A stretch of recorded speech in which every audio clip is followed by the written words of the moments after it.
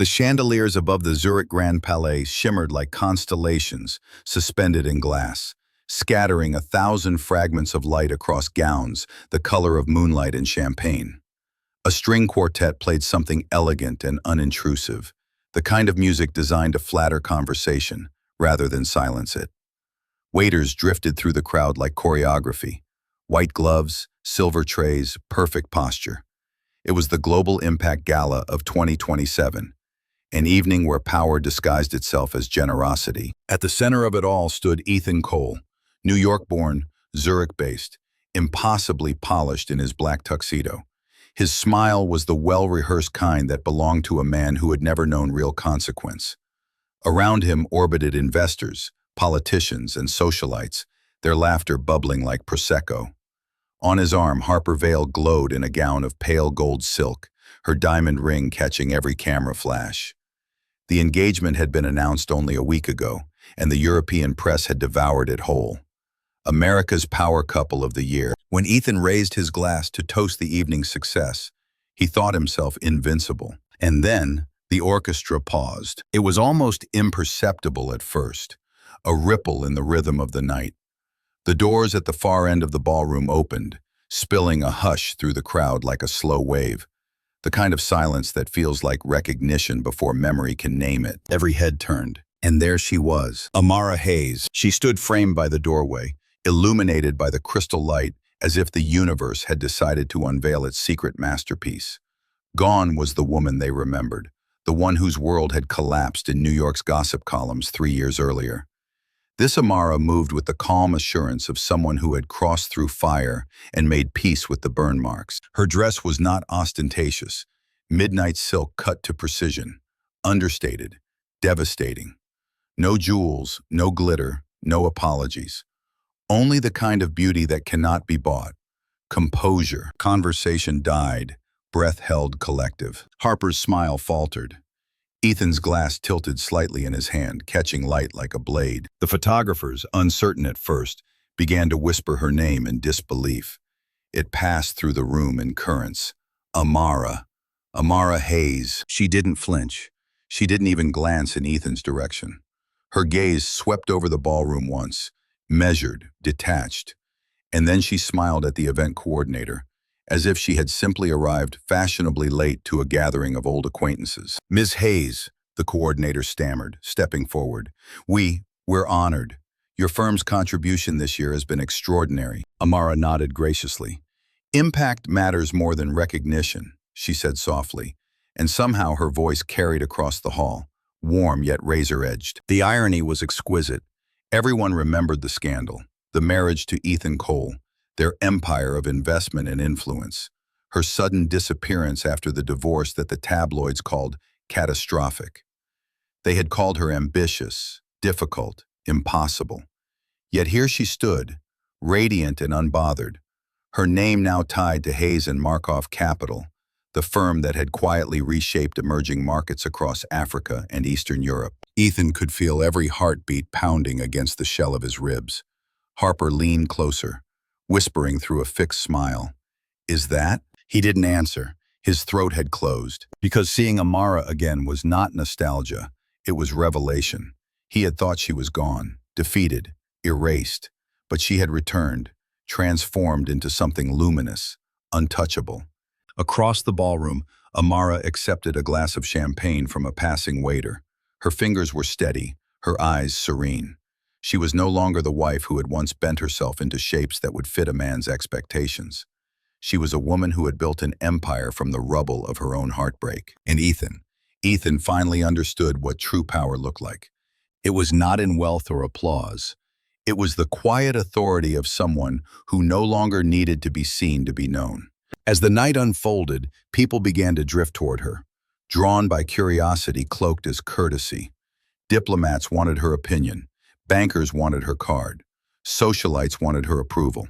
She gave them all the same gift, genuine attention wrapped in calm distance. Harper smiled too brightly and spoke too loudly. Ethan laughed too hard at jokes that landed flat. But no one noticed them anymore. The room had found a new orbit. When Amara finally turned her head, their eyes met, just once, for the briefest moment. It wasn't a look of accusation or longing. It was recognition, a quiet acknowledgement that they had shared a life, a history, and that history no longer bound them. She raised her glass slightly, a gesture so small it could have been mistaken for civility. Yet Ethan felt it like judgment. Then she turned away, her silhouette disappearing into the soft blur of music and light. Outside, snow began to fall over Zurich, blanketing the city in white silence. Inside, the music resumed. The gala continued as if nothing had happened. But something had, something irreversible. For Amara, it was not a return to the past. It was the reclaiming of her own narrative. She had walked back into the very world that once tried to break her, not to seek approval, but to stand in her own power. And somewhere, in the unspoken language of elegance and restraint, the room understood that they were witnessing something rare, redemption not performed but embodied. If you've ever found yourself rooting for the woman who rises when no one expects her to, stay a little longer. Like, comment, and follow for the next chapter of Amara Hayes' story, because this is only the beginning. The fire she carries has miles yet to travel. Before Zurich, before the betrayals and reinventions, there was New York, wild, electric, and endlessly awake. It was a city that didn't just hum. It pulsed, as if the buildings themselves had heartbeats. In 2014, Amara Hayes was 24 and still believed that brilliance alone could protect her from heartbreak. She lived in a small apartment on the Upper West Side, too close to the subway to be quiet, too far from comfort to be easy. Every night she fell asleep to the rhythm of traffic and possibility. She had grown up in Atlanta, the daughter of a public school teacher and a postal worker, neither of whom had ever stepped foot in a marble-floored lobby. But Amara had always seen the world in equations, patterns that other people missed. When she earned a full scholarship to Columbia for her master's in economics, she swore she would make the most of it.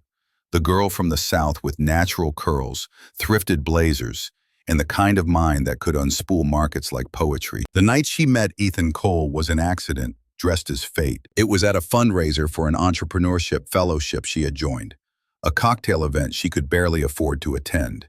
She'd borrowed a black dress from her roommate, ironed it twice, and arrived late, clutching a glass of cheap white wine that tasted like compromise. Ethan was speaking on stage when she walked in. He had that calm authority of someone who belonged everywhere. His voice was smooth, practiced, just rough enough at the edges to sound spontaneous. "We talk about innovation," he said, "but we forget that innovation starts with hunger, the kind that doesn't fade when you've eaten." The audience laughed politely. Amara didn't. She was watching him too closely for charm. What she saw was a man used to attention, but not necessarily used to earning it. Later, when the speeches ended, he found her by the bar, studying a spreadsheet on her phone. "You're the only person here doing math," he said, half amused. "I'm the only person here who still has student loans," she replied without looking up. He laughed, really laughed, not the social kind. "Ethan Cole." She met his gaze. Amara Hayes. The handshake was brief but electric. He was older by almost 10 years, already a senior associate at a law firm that dealt in transnational mergers. His world was bespoke suits and rooftop views, espresso machines that cost more than her annual rent. She should have known better, but she didn't yet understand that intellect doesn't make you immune to magnetism. He called her the next day, then again, then every day after. Their first date was at a small Ethiopian restaurant in Harlem. He had never eaten with his hands before. She showed him how, teasing him when he tried to roll the injera too neatly. He asked her about her thesis, comparative market growth in transitional economies, and actually listened. "Do you ever stop thinking about numbers?" he asked that night. "Only when I'm thinking about people," she said. He smiled like he discovered something precious. "Then I hope I stay interesting." From there, it became a rhythm neither of them questioned. Weekends at art galleries in Soho. Late-night walks through the city, talking about ambition, as though it were a shared language. He took her to the opera once, where she fell asleep halfway through. Afterward, he whispered, "You're not made for stillness." He admired her fire. She mistook his admiration for understanding. Months later, he flew to Zurich for a corporate retreat and sent her a message. "You'd love it here. Clean streets, clean money, clean air. the kind of place people reinvent themselves. When his firm opened a European branch, he invited her to join him. "We could build something together," he said one evening as they stood on his apartment balcony overlooking Central Park. The city lights reflected in his eyes like a promise. "You handle numbers, I handle law. We could be unstoppable." For Amara, it wasn't just love. It was partnership, the kind she had always dreamed of. She had spent her life pushing through doors that weren't built for her, and here was a man offering to hold one open. Her professors warned her not to mix career and romance. Her mother, in a softer tone, asked, "Baby, does he see all of you, or just the part that fits into his story?" Amara didn't answer. She only smiled and said, "He believes in me, Mama." So she moved to Zurich. Their apartment overlooked the Limmat River, where sunlight scattered like coins on the water. Amara learned to speak German phrases for the market vendors, to navigate cobblestone streets in heels, to host dinners for Ethan's colleagues where she smiled and discussed global trade policies while making sure the wine glasses never emptied. Ethan's firm flourished. His partners praised his strategic genius, unaware that Amara was the one refining his presentations late into the night, transforming raw figures into elegant persuasion. He would kiss the top of her head and murmur, "I couldn't do this without you." And she believed him, because back then, she still thought love was a shared equation. Their life looked perfect. Mornings with espresso on the balcony, evenings filled with laughter and small luxuries. Yet beneath the polished surface, subtle fractures began to form, tiny, invisible, like cracks in glass that only light can reveal. Sometimes he would joke about her intensity.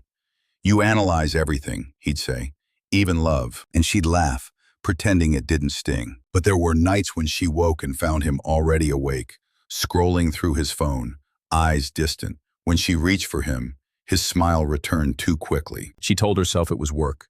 That love ebbs and flows. That partnership means endurance. She didn't yet know that some storms announce themselves only after the calmest skies. Contentitions of the budget law. In the quiet hum of Zurich mornings yet to come, she would remember these early days, not for their perfection, but for their innocence. The way he once looked at her as if she were the future, and the way she mistook that gaze for forever. For a while, the world they built together felt less like two lives crossing and more like one carefully engineered machine, sleek, efficient, and dazzling in its motion. Zurich mornings began with a ritual. Amara at the kitchen table with a battered laptop and fresh espresso, Ethan skimming legal briefs over toast. They moved through the day with practiced synchrony, colleagues calling them a power couple with a sound more approving than jealous. Invitations arrived in matching envelopes. Photographers learned their angles. Praise folded into their evening conversations like a warm cloth. Amara took to the work with a kind of tender ferocity.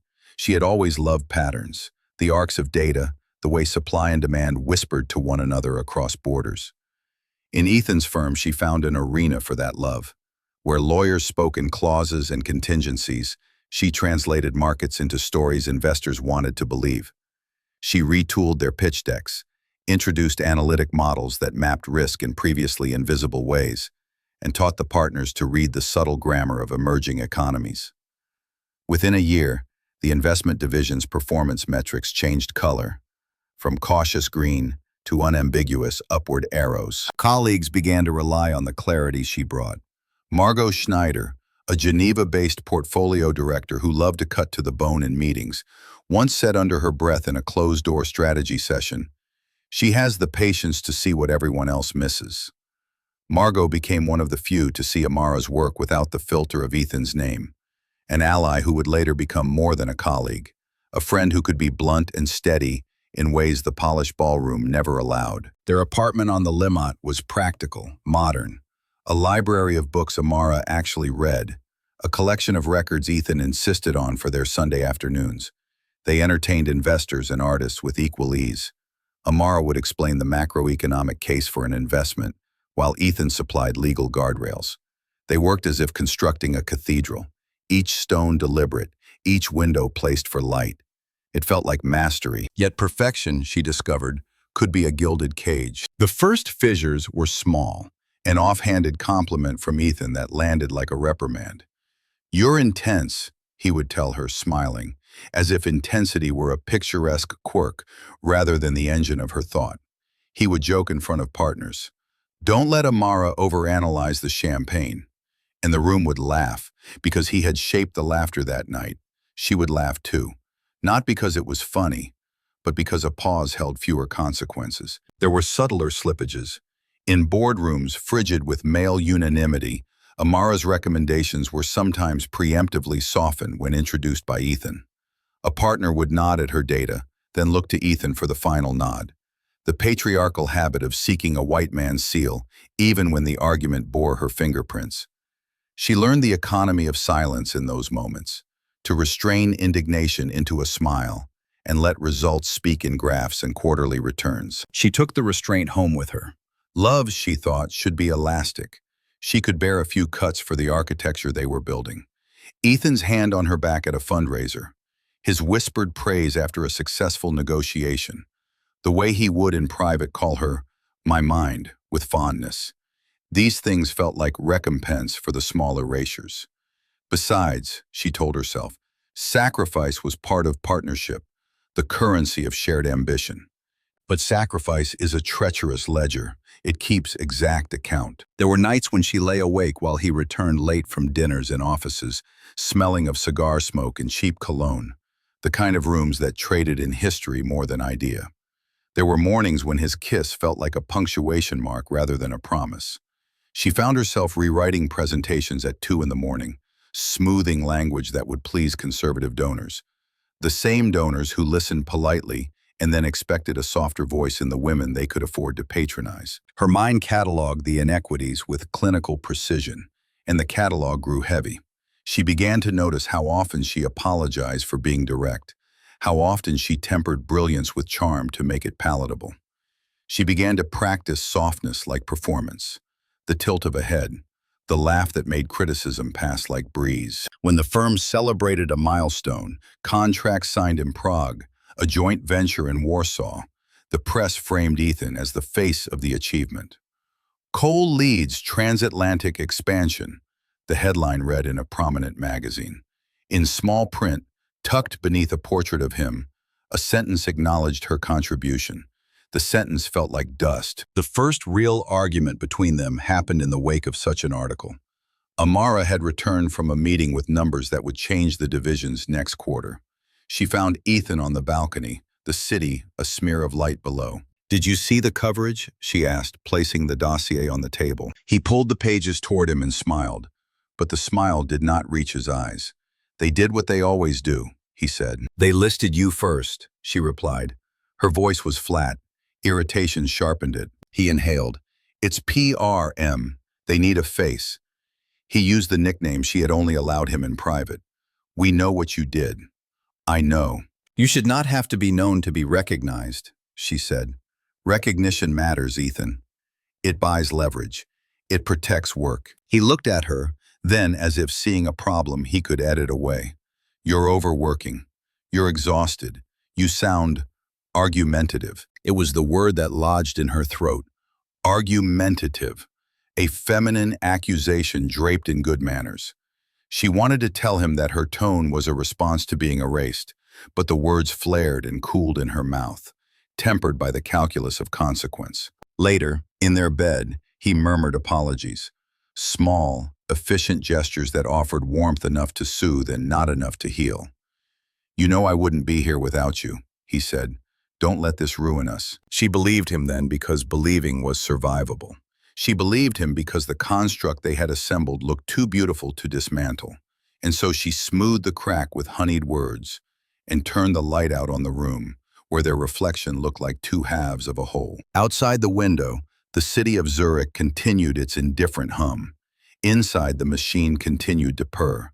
Perfection kept its appointments, and beneath the polished surface, a patience built its quiet ledger, a sum that would, one day, demand reckoning. The rain that day had the small, insistent quality of a metronome, setting a rhythm that made the city tidy itself into reflections. Amara's train into Zurich was an hour late. A mercy, she told herself. More time to finish an email, more time to breathe. She had been in Prague for a due diligence meeting with a fledgling fintech. The work had been precise and satisfying. Her suitcase was a practical thing, full of neatly folded shirts and the scent of espresso. She imagined arriving, stepping into their apartment, and letting the warmth of home fold around her like a familiar coat. The elevator on the Lamette building smelled faintly of lemon polish and something else she could not name. Perfume, perhaps, floral and new. She pressed the button for the top floor, each floor passing like a soft argument in the belly of the building. When the door sighed open, laughter greeted her. Low, bright, intimate in that way only private rooms permit. It should have been warmth. Instead, it landed like a blow. The living room light was too soft, the candles half melted on the coffee table. A woman's scarf was draped over the back of the couch like a careless punctuation. There was music, light, contemporary, the kind that suggested a world of brunches and brand deals. And there, on the couch, utterly at ease, was a woman Amara had seen at a few firm events in passing.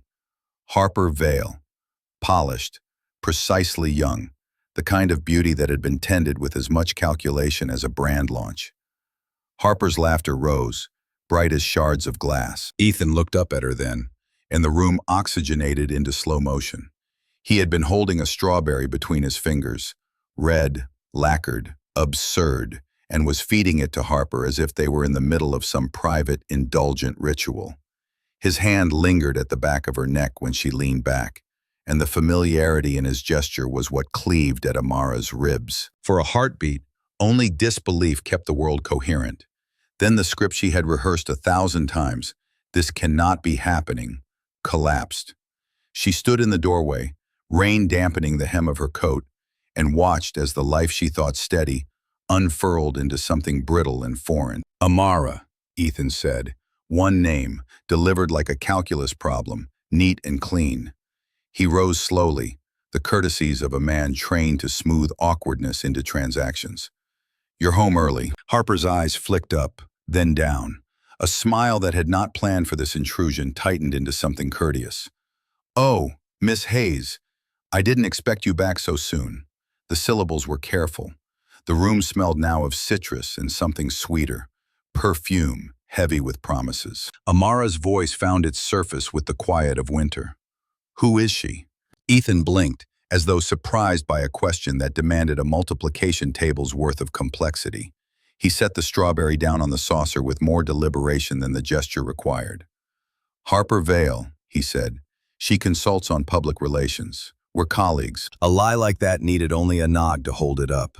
But Harper's hand still rested against Ethan's wrist, the small intimacy of someone using another person as a prop. Amara had learned to read these small gestures. They were syllables in a language Ethan thought he had taught himself. "Your colleagues," she repeated slowly, tasting the oddness of the word.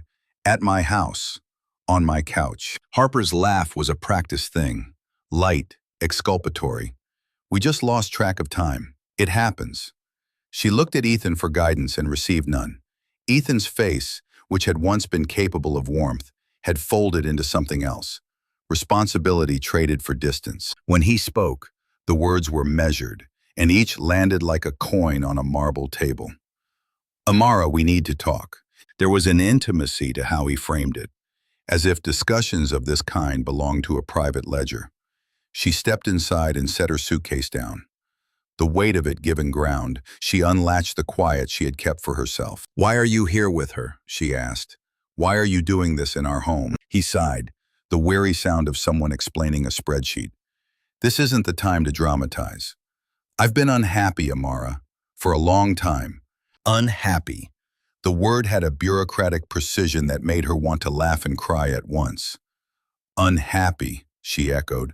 "You think telling me that reduces what you've done to an administrative error?" He folded his hands as if arranging papers. "I didn't plan for this to happen, but it did. I've been honest with myself. He faltered, searching for a punctuation that would make this easier. "I'm in love with Harper. It's been going on for over a year." The sentence sat between them, absurdly plain, and everything Amara had been, student, analyst, partner, felt like a figure sketched in cheap charcoal and then burnt away. "You're in love with her," she said, as if repeating a theorem might make it false. After all the nights you thanked me, after the dinners, after you told the partners I was indispensable, after the things you called ours, Ethan's jaw tightened. For a moment, grief and embarrassment crossed his features like a shadow. We've grown apart, he said. You're so focused on work. You're intense. I don't want to lie to you. I told myself I'd end things after the anniversary. It got complicated. Complicated, she echoed, and the word tasted of betrayal sharpened by a life reduced to PR-ready words. You planned to tell me later. You planned my humiliation to fit your calendar. He looked at her then with a kind of clinical pity. I didn't want to hurt you. The cruelty of that was almost ceremonial. Hurt, he said, like a necessary cost. Amara felt the room spin, then steady in a new plane. She remembered the late nights, the way his hand had retreated first in boardrooms, then in bedrooms. She remembered smoothing his presentations until the edges shone. She remembered believing him because she had to believe someone. Leave, she said softly. Ethan's face flickered with something like confusion. We'll work this out. My lawyers will speak with yours. He could render the dissolution into procedures, into legalese that would parse assets into sums and timelines. But words and signatures could not account for the small economies of a life. Favorite books on a shelf, the dent in the armchair, the mornings they had sneaked shots of espresso while the city woke. He spoke of fairness. She heard the cold clinks of transaction. Clarified, the finality hung there. Harper rose and gathered her scarf, the practiced smile returning like a brand. She brushed past Amara with a touch that sought to assert conquest.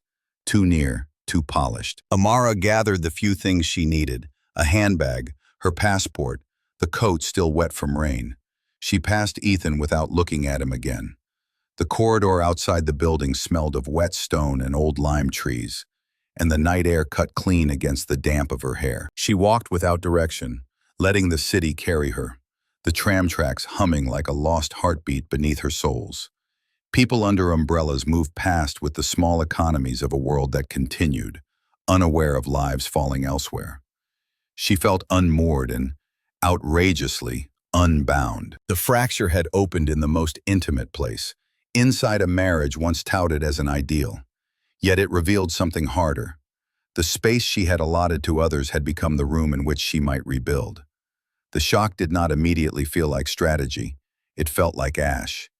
But in that ash lay an ember she had not tended in years, a mind that solved problems for a living. She let the rain wash the apartment's light from her coat and thought, absurdly, of spreadsheets, of balances and ledgers. The ledger of sacrifice, she realized, had been tallying itself in silence. The numbers could be recalculated. She could be rebuilt. For now, the city was an immediate, generous exile. She kept walking until the ache became a practice of breath. Tomorrow, she told herself, she would call her mentor. Tonight, she would simply feel the fracture, and when the moment came, decide how not to be broken by it. Paris arrived like a sentence, beautiful and final. The city did not announce that it would be kind or cruel. It simply existed, each boulevard a long, indifferent line that would not be altered for a single heart. Amara landed with 2 suitcases and a head full of invoices, legal notices, requests for meetings, the cold, efficient letters that rendered private grief into public paper. She had imagined leaving Zurich as a temporary retreat, a way to recalibrate. The reality was exile, tidy and definite. Her studio in the Marais was so small, the ceiling seemed intent on leaning in to listen. A single window looked out on a courtyard where laundry swayed like surrendered flags. It was charming in listings and cramped in reality, the kind of room that forced a person to face herself in every corner. She kept the few things that mattered. The small leather-bound notebook Ethan had given her on their first anniversary, which she could not bring herself to burn. A stack of academic journals, and a photograph of her mother that she pressed between passport pages as if that would keep home intact. Work evaporated the way humidity does, slowly, steadily. The network she had relied on in Zurich retreated along polite channels.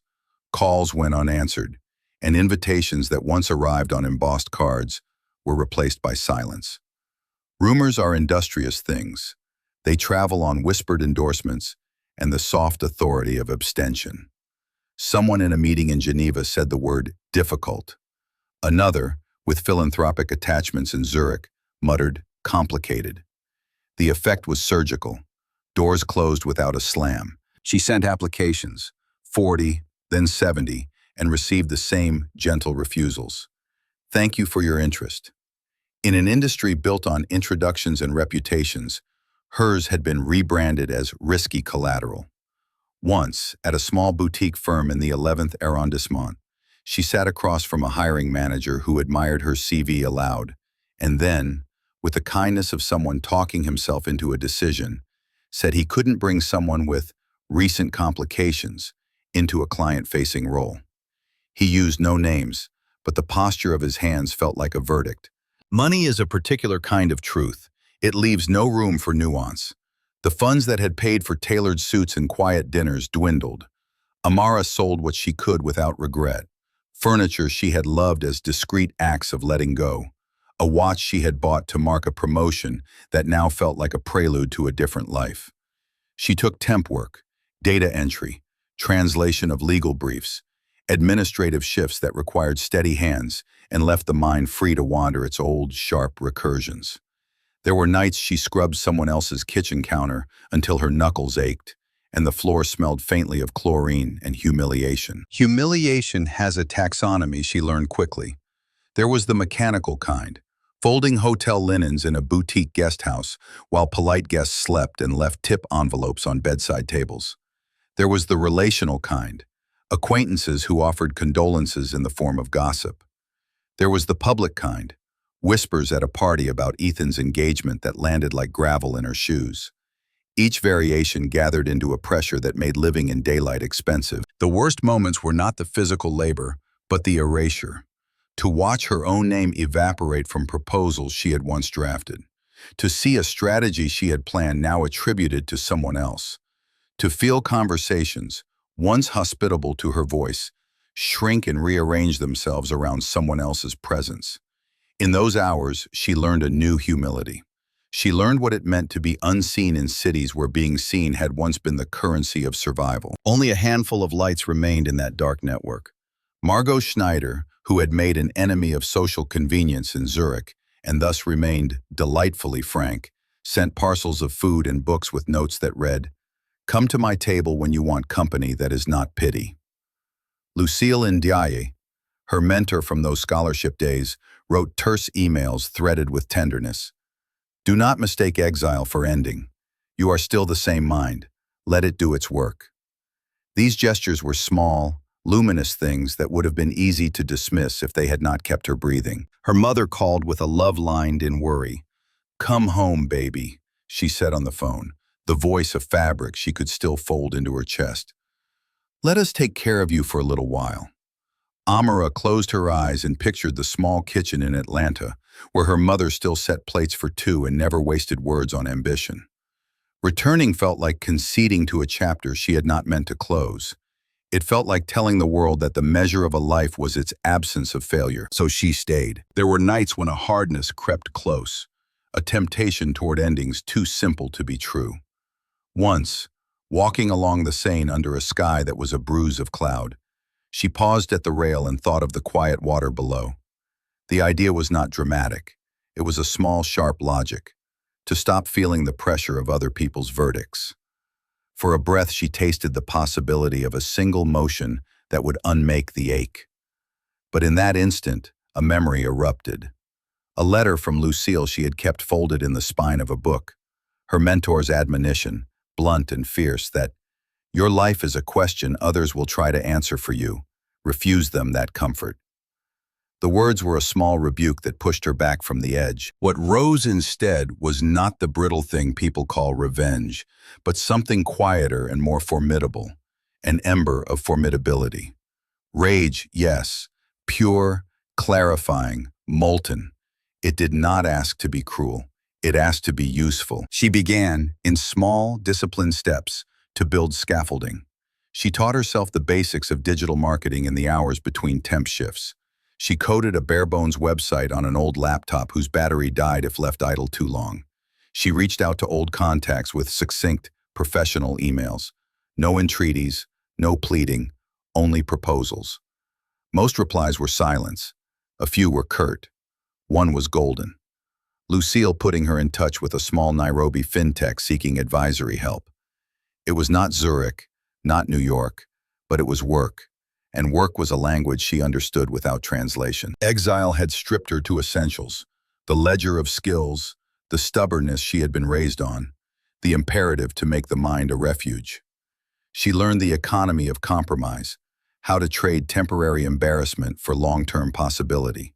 She cleaned and translated and took meetings in cafes where the coffee tasted of bitterness she now welcomed. She kept her photograph of her mother folded inside her passport and carried it like an altar. In the quiet hours of the marais, amid the rhythmic sound of laundry in the courtyard, she began to write the blueprints of something new. It was not yet a strategy. It was a list. Markets she knew, personal contacts abroad, a thesis about overlooked talent in transitional economies. The paper was small and precise, the same way she now wanted her life to be. The ember inside of her tasted of cold iron and determination. Exile had done one cruel thing and one generous one. It had taken away the props of a life and left the raw materials. She would not be undone by loss. The ledger of sacrifice had been keeping itself for years. She would now balance it with intent. When dawn found Paris rinsed in a pale new light, Amara pressed the notebook closed and felt, for the first time since the fracture, the steady return of a pulse that belonged to her alone. The party was by design an exercise in measured conviviality, a salon hosted in a 16th arrondissement apartment whose cornices still remembered the hand of craftsmen long gone. Candles burned like patient witnesses on side tables. The music was a low, warm thing that gave people permission to speak truths that sounded like gossip. Amara had said no at first. Then Margot, who would not accept defeat in the name of solidarity, had insisted. "You will not camp in sorrow like a martyr," she had told Amara over the phone, folding the sentence into an order and a plea. "Come for 2 hours, come to be seen as you are, not as they painted you." She arrived late, a presence that required no ceremony, a practical coat, a scarf, hair pulled back with a simplicity that made the room notice without needing to stare. For a while, she hovered at the edge of a conversation about seed funding in Lagos, nodding when something clever was said, amused when a pundit made the same tired joke about unicorns. Being there felt like a rehearsal in which she was learning the cadence of her own voice again. Then she heard it. 2 women near the drinks table, their laughter thin as lace, were listing the latest society items like a catechism. Names folded into sentences as if the syllables themselves confirmed belonging. "Did you see the photos from Zurich? Ethan and Harper, finally. That engagement ring is outrageous. The wedding at the Grand Palais will be the event of the season." The voice made a little dramatized sigh at the end, a flourish of appetite. "And the first wife?" the other woman chimed, tapping her phone like calling attention to a private file. "What was her name? Amara? I heard she completely imploded. Didn't she end up in Paris doing, what was it, translation work? Such a tragedy." They laughed like currency. The sound slid through the room, found Amara's ears, and landed in the hollow she had been wearing like a coat. For the breath of a breath she considered leaving then and there. It was the safe, pragmatic choice. But she remained, because staying inside the small discomfort felt less like cowardice and more like an experiment, to see what currents still ran through a society that claimed to value foundations rather than performance. She moved away from them and the cluster of men who were congratulating themselves on market forecasts. She crossed the room and found a small terrace that overlooked an inner courtyard lit by a single sodium lamp. The night air tasted of chestnut smoke and distant car exhaust, like a gray watercolor. She pressed her palm to the cool metal railing and let the city's soft ache enter her. A thought arrived then, lightning, but not the kind that destroys. What if it were all simpler to stop?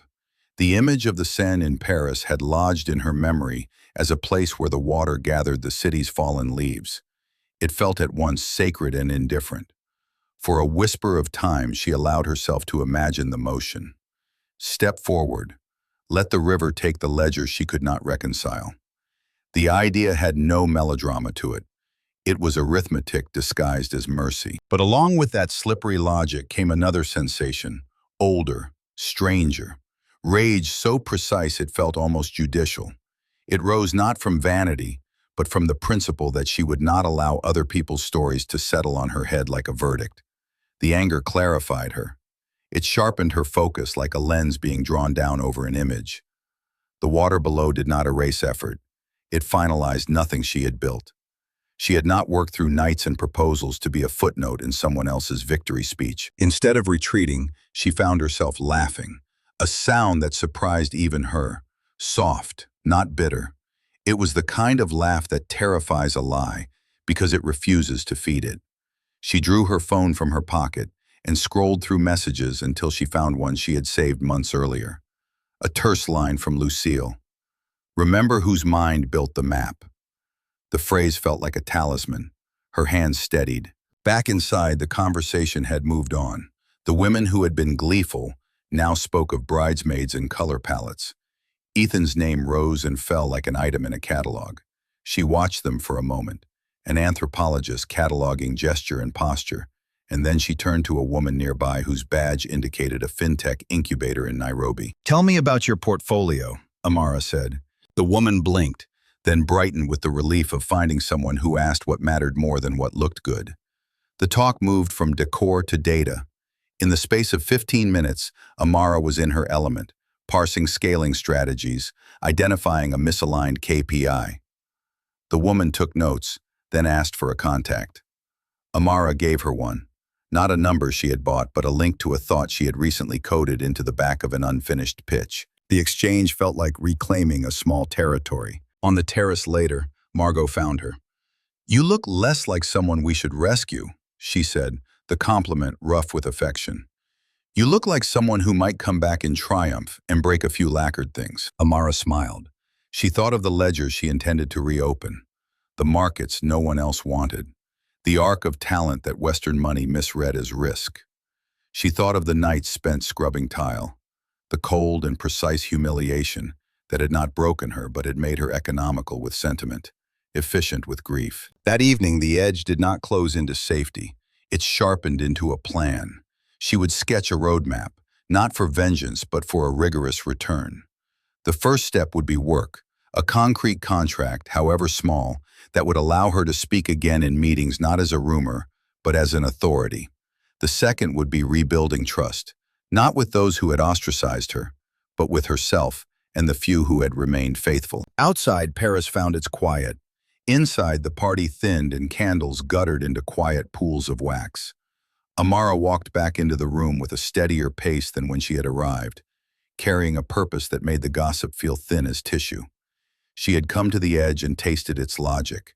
She had stepped back by choice. The night had not broken her. It taught her how to choose what she would not surrender again. The blueprint arrived not as a single illuminating revelation, but as a succession of patient truths folded into a notebook she kept beneath her pillow. Each morning in the marais, Amara uncapped her pen like a ritual and turned one more page of possibility into plan. The paper smelled faintly of ink and laundry soap. In the small light of the studio, it looked like a map sketched by someone who had learned geography by walking, not by reading. She began with inventory. Loss had pared her life down to essentials: skills, contacts, stamina. She listed them with the clinical tenderness of an economist. Languages: French near fluent, German serviceable. Market knowledge: Eastern Europe, select African hubs. Networks: one former partner in Zurich, a handful of founders in Nairobi, and the one thing that never left her even in the hardest nights: the ability to see patterns before they were visible to others.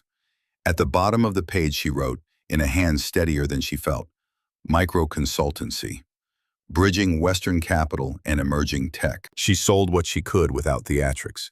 A leather briefcase she had loved went to a buyer who negotiated like an art dealer. The watch Ethan had given her for a promotion changed hands for a price that felt both humiliating and necessary. Each item traded was a small, moral recalculation. What she let go of and what she kept. Her mother's photograph remained tucked in the passport. Certain anchors were non-negotiable. The laptop was a relic whose battery clenched and died if asked too much, but it bore the first drafts of everything she would become. By day, she took temp work. The rhythm of other people's schedules taught her discipline. And by night, she built. She watched free tutorials, learned SEO fundamentals, coded a simple landing page, and taught herself the kinds of social copy that attracted not vanity, but relevance. Her website was modest, a clear thesis statement, case studies drafted from memory, and a contact form that asked only for the work's purpose. It was not polished, it was honest. Her first outreach emails felt like small confessions. She wrote them with the same meticulousness she once used to craft investment memos. Concise subject line, a single paragraph of value, and a link to her kernel of ideas. Most replies were silence. A few were polite rejections. Then, one morning, she received a message that read, "We need help with go-to-market strategy for payments in Nairobi. Do you have time?" The sender was a founder Margot had once mentioned in passing, an introduction Lucille had quietly brokered. The message arrived like a thin rope thrown across a ravine. The contract was modest. Advisory hours paid at a rate that would not replace the penthouse's rent. But it was work that demanded the specific angle only Amara could provide. She dove in. She took calls at dawn to accommodate time zones. She constructed frameworks that accounted for mobile money penetration, regulatory creep, and the complex dance of trust that local entrepreneurs performed with diaspora investors. She wrote a pitch that treated the product like a social infrastructure, convenience wrapped in cultural literacy. Her suggestions were not theoretical. They were rooted in lived observation and the patient arithmetic of emerging markets. The first result was small and luminous. Her recommendations led to a pilot partnership with a regional telco that doubled projected user trials. When the founder sent a voice note, frantic with excitement, saying that investors were now paying attention, Amara closed her laptop and let herself cry for 30 seconds, the sound swallowed by the thin studio walls. It was not a sob of defeat, but of release, recognition that labor, when honest, still demanded its due. Word traveled in the practical networks that mattered, through founders who spoke to founders, not through the glossy pages that had once told stories of her failure. A second client came, then a third. The numbers were small but consistent. She invoiced, tracked cash flow with the same care she had once reserved for portfolios, and learned again how to convert scarce resources into leverage. Each small contract was a vote of confidence she had not expected to need, but was grateful to earn. There were harder nights. She wrestled with the indignity of taking advice from younger analysts who had no memory of her tenure in Zurich, and yet offered structural templates she had not considered. There were proposals that did not land, and grants that closed before she could apply. And there were the moments when headlines about Ethan's life, weddings, galas, the comfortable continuity he seemed to enjoy, slid across her phone screen like invitations to old grief. Those images stung as salt will sting a fresh wound. Still, she learned to treat envy like weather, an unpleasant forecast to note and move through. What transformed the blueprint from idea to structure was not only the contracts, but the alliances she curated. Margot remained a fierce presence, sending introductions that cut through propriety, and Lucille's emails offered not only counsel but blunt expectation. "You're building a spine," Lucille wrote once. "Now build muscles." In London, a retired academic she had met at a conference taught her the craft of policy framing. In Nairobi, a founder introduced her to a woman who knew how to navigate regulatory corridors. Each link was a small scaffolding. By late autumn, her desk was a geometry of papers, project outlines, a calendar of calls, receipts. A hand-lettered sticky note on her monitor read, "Start with what you can prove." She found stability in the modest disciplines, an invoicing cadence, a checklist for deliverables, a weekly hour for reading about sectors outside her immediate expertise so her perspective would not calcify. The blueprint was no longer a single-sheet dream. It was a living document adjusting to new data. And beneath her plans, something softer began to evolve. A personal ethic that balanced ambition with the tenderness she once reserved for other people's needs. She had promised herself that rebuilding would not mean replicating the self that had been easy to erase. So she took small mercies. A weekend run through Luxembourg gardens that made her lungs flame with gratitude. A phone call to her mother that was less about reassurance and more about laughter. A cheap dessert eaten with the kind of indulgence she had denied herself when the world expected stoic austerity. On a Wednesday, a courier brought a box with the first engraved business card she had printed in a fit of private optimism. The letters were simple: Amara Hayes, strategic advisor. She turned one over in her hand and felt an odd, buoyant gravity. The blueprint was not yet a building, but it had become a scaffold that could hold weight. She slipped the cards into the leather briefcase she had kept and, for a moment, allowed herself to imagine a future where she no longer measured worth by the endorsements of those who had done her harm. Outside, Paris narrowed into evening, and the studio's single window framed a slice of sky that was forgiving that day. Amara closed the notebook and, before sleep took her, traced the margin of the page where she had written in small letters, "Begin with truth. Build with rigor." The plan was practical, stern, and hopeful, the exact architecture she needed. London arrived like a clean page. The sky over Bloomsbury was thin and bright, the kind of light that sharpens edges and refuses romanticism. It was the day Amara needed. Lucille had called it bluntly, "You will go, you will speak, you will not accept comfort." The invitation was less an ask than a command folded in care.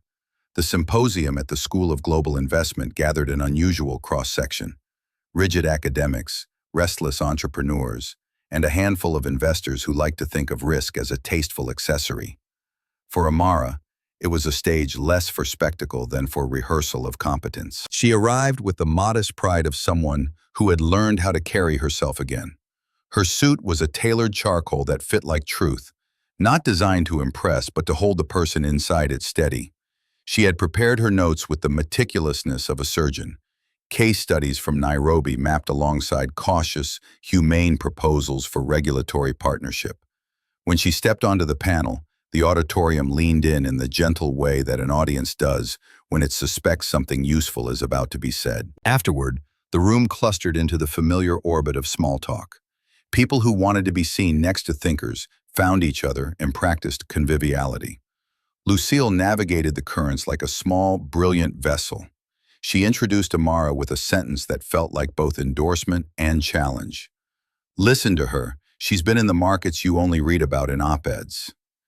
It was the kind of line that made people sit up properly. He found her during the coffee break. Leon Markov did not enter the room like a storm. He arrived with the quiet, deliberate steps of someone who had counted everything twice. He was not ostentatious.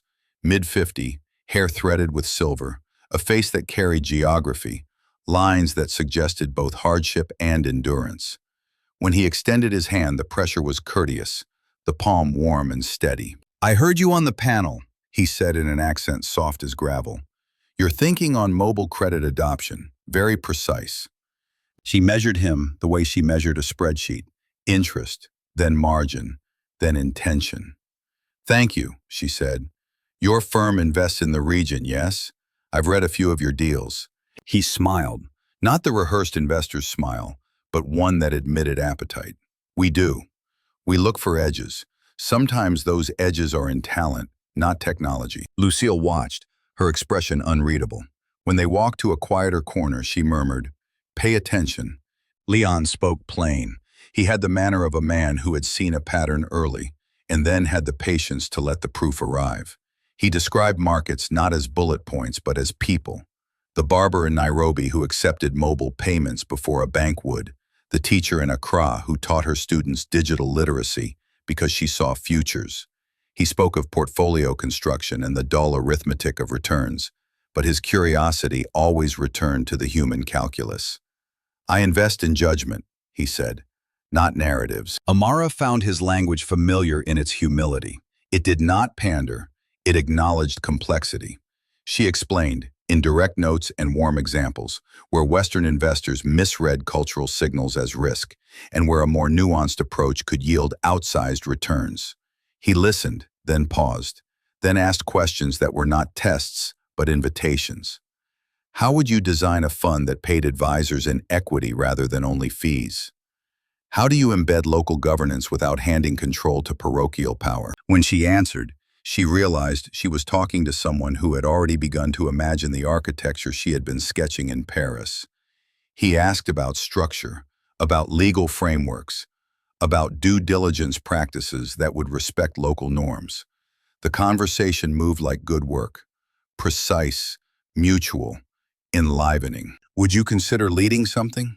Leon asked finally, his tone careful. Not as a consultant, as a partner, an entity that combines your regional expertise with my capital and distribution. The sentence hung like a possibility, luminous and sharp. She felt the familiar flicker, hope braided with the grit of caution. Partnership carried its own dangers, she knew. She had seen partnerships that diminished more than enabled.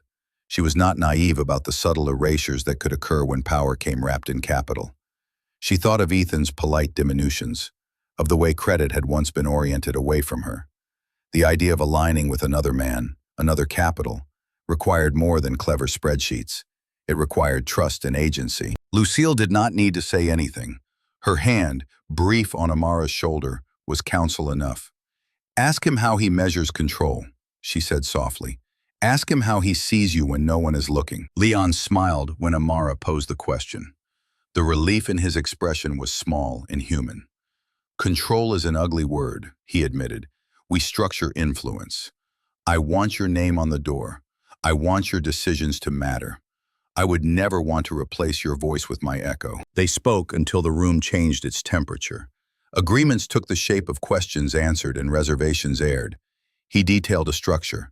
A boutique fund, nimble, focused on early-stage fintech and infrastructure in East and Central Africa, with local advisory boards and a governance charter that allocated meaningful decision rights to regionally based partners.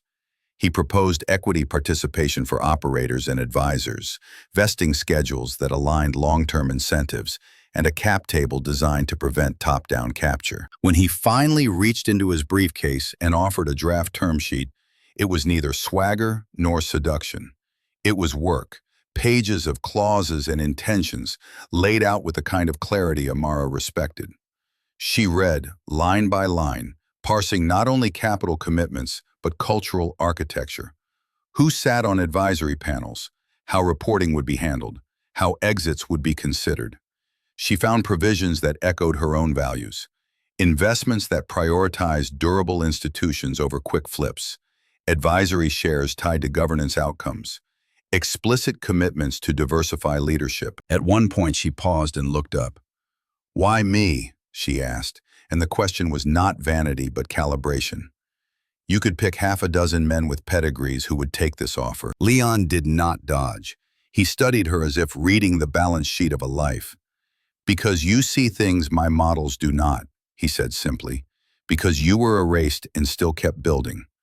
Because the market needs someone who has lived the problem and then solved it. And because I have done the due diligence on you in ways that respect the truth. I read your memos. I spoke to founders. I do not pity you. I value you. The clarity of his answer unfolded like a promise made in language she could evaluate. It did not erase her caution, but it displaced a corner of her fatigue with possibility. They agreed to a follow-up, a more formal negotiation in Belgravia. Time to consult lawyers, to model returns, to sketch the first investment thesis. On the train back to her hotel, Amara felt the sudden, tentative buoyancy of someone given an opening that matched her work. She allowed herself a small, private optimism. Not triumph, not denial, but the light steadiness of a plan beginning to hold weight. That evening, before sleep, she opened her notebook and wrote, in a hand that trembled only slightly, Hayes and Markov, test thesis, mobile payments plus embedded governance, pilot Nairobi Q2. The words felt true under her pen. The catalyst had arrived not as an epiphany, but as a careful mutual recognition of capacity, and the beginning of something that, if engineered well, could be both profitable and just. The morning Amara signed the partnership agreement, London was rinsed in a fragile kind of sunlight, the pale, uncertain kind that always made her think of beginnings. The document lay before her on the table at Leon's office in Belgravia, printed on paper heavy enough to remind one of consequence. The ink was black, clean, deliberate. Two signatures, two lives that had wandered through separate storms now converging in purpose. When she pressed the pen to paper, it was not triumph she felt, but equilibrium, the quiet satisfaction of something finally aligned. Leon poured coffee into porcelain cups and said, almost casually, "Welcome to the game where the rules can be rewritten." From that morning onward, her days began to run on different rhythms. She no longer lived by scarcity or by the anxious arithmetic of survival. Her mind, long trained to solve others' equations, was now free to construct her own. Hayes and Markov Capital was born small and sharp, like the first cut of an idea. Their offices occupied two minimalist rooms above a bookshop in Fitzrovia, bare wood floors, high windows, and a whiteboard crowded with names of regions, firms, and impossible dreams. Leon brought the capital and the network. Amara brought the framework, the data, the moral geometry. Together they built something that looked less like a fund and more like an experiment in redemption. Their first months were a blur of flights and phone calls. Nairobi, Lagos, Kigali, Accra. Each trip folded into the next until airports blurred into one long corridor. Yet in every meeting, every handshake, Amara's mind was alive with a pulse she hadn't felt since before Zurich. She spoke of markets, not as abstractions, but as living ecosystems. She talked of dignity as a metric, an unconventional term that startled investors, but lingered in their memory. Her presence altered rooms. In meetings, men who had once underestimated her now took notes. Women who had felt invisible began to lean forward. She didn't demand attention. It arrived, drawn by the clarity of her conviction. Leon often watched her in these moments with quiet admiration, as if witnessing an equation resolving itself. "You translate volatility into narrative," he said once, smiling. "You make risk sound like possibility." The firm's first major investment, a mobile credit infrastructure project in Nairobi, became their proving ground. Amara insisted on hiring local analysts, paying them fair wages, embedding training into every contract clause. "Sustainability isn't a slogan," she told Leon. "It's succession planning for justice." He laughed, but he agreed. When the project launched, adoption numbers doubled projections within the first quarter. The data was a revelation, but for Amara, the real victory was smaller, quieter. A woman in Kibera, standing in a sunlit kiosk, explaining that for the first time, she could secure a microloan without asking permission from her husband. That, Amara thought, was yield. From there, success became momentum. The fund grew through reputation rather than marketing. Venture journals began to whisper her name, the woman who understands markets without colonizing them. For every article that mentioned Leon's financial genius, another quoted Amara's precision and empathy. The symmetry of their partnership became mythic: capital and conscience, intellect and intuition. But even amid expansion, she remained disciplined in her solitude. She lived in a modest flat in South Kensington, walls lined with books and maps. Her days began before dawn and ended past midnight. She rose early to review reports, walked along the Thames to clear her thoughts, then returned to the endless negotiations that came with growth. The work filled the silence that heartbreak had once occupied. Leon sometimes joked that she was married to the fund. She smiled but never answered. In truth, her marriage was to the mission itself, to the idea that purpose could be architecture strong enough to live inside. Yet, in the privacy of evening, she sometimes caught herself wondering what remained of the woman who once believed in love as sanctuary. Was ambition a cure, or simply a different kind of hunger? Still, her heart softened in unexpected places. When she mentored young founders, women with trembling hands and perfect ideas, she felt something close to tenderness. She began hosting quiet dinners for them in her home, evenings without pretense or photographers, where they spoke of failures like shared scripture. Those nights reminded her that success, when held too tightly, can become its own exile. So she practiced generosity as resistance. By their second year, Hayes and Markov was managing 8 figures in assets and sitting on the board of 3 companies that were rewriting the economic playbook for East Africa. International banks sought collaboration. Government ministers requested her counsel. The woman who had once scrubbed other people's kitchen counters now sat at tables where policy was decided. Yet she carried no triumph in her tone. To those who met her, she remained grounded, deliberate, impossibly composed. The old world noticed. Zurich began to murmur her name again, this time with cautious admiration. Former colleagues reached out, emails full of pleasantries that thinly disguised curiosity. A magazine that once reported her downfall now requested an interview titled "The Return of Amara Hayes." She declined. Her silence became her brand. Leon, half amused, half proud, would say, "You've become what they can't categorize, neither saint nor shark." She would smile. Perhaps that's what freedom sounds like. But even freedom, she learned, has echoes. There were nights when her reflection in the glass felt like a stranger's, someone too polished, too precise. She sometimes dreamed of her mother's voice on the phone, reminding her that rest was not failure. She missed laughter without agenda, mornings without meetings. Yet she knew the cost of stopping. The ledger of sacrifice was not yet balanced. In the winter of 2026, Hayes and Markov was invited to a summit in Geneva, a conference of global finance leaders. There, under the clean austerity of hotel chandeliers, Amara was approached by a journalist who, instead of questions, offered a simple observation. "You've become an institution, Ms. Hayes. Do you ever feel alone in it?" Amara paused, then smiled, an expression both tender and distant. "Institutions are built by people who know loneliness well," she said. Her words made it into print. They were quoted in think pieces, tweeted by entrepreneurs, analyzed by commentators who saw her as a symbol of resilience. But to her, they were simply true. In the quiet after the summit, Amara returned to London, stood by the window of her flat, and watched the city glow like circuitry. She thought of the girl who had once stood in the rain outside her own home, her life collapsing behind her. She thought of exile and ashes, of the blueprint drawn by candlelight, of the first client who believed in her again. The rise had not been loud. It had been precise, built on discipline, rebuilt from ruin, measured in dignity rather than applause. And as she closed her laptop that night, she realized that power, the kind she had fought to earn, no longer felt like a weapon. It felt like peace in motion. Amara had thought her work would teach her who she was. She had banked on action, on trajectory, on measurable return, to heal what the city and a marriage had taken. The spreadsheets had helped. The flights and contracts had steadied her.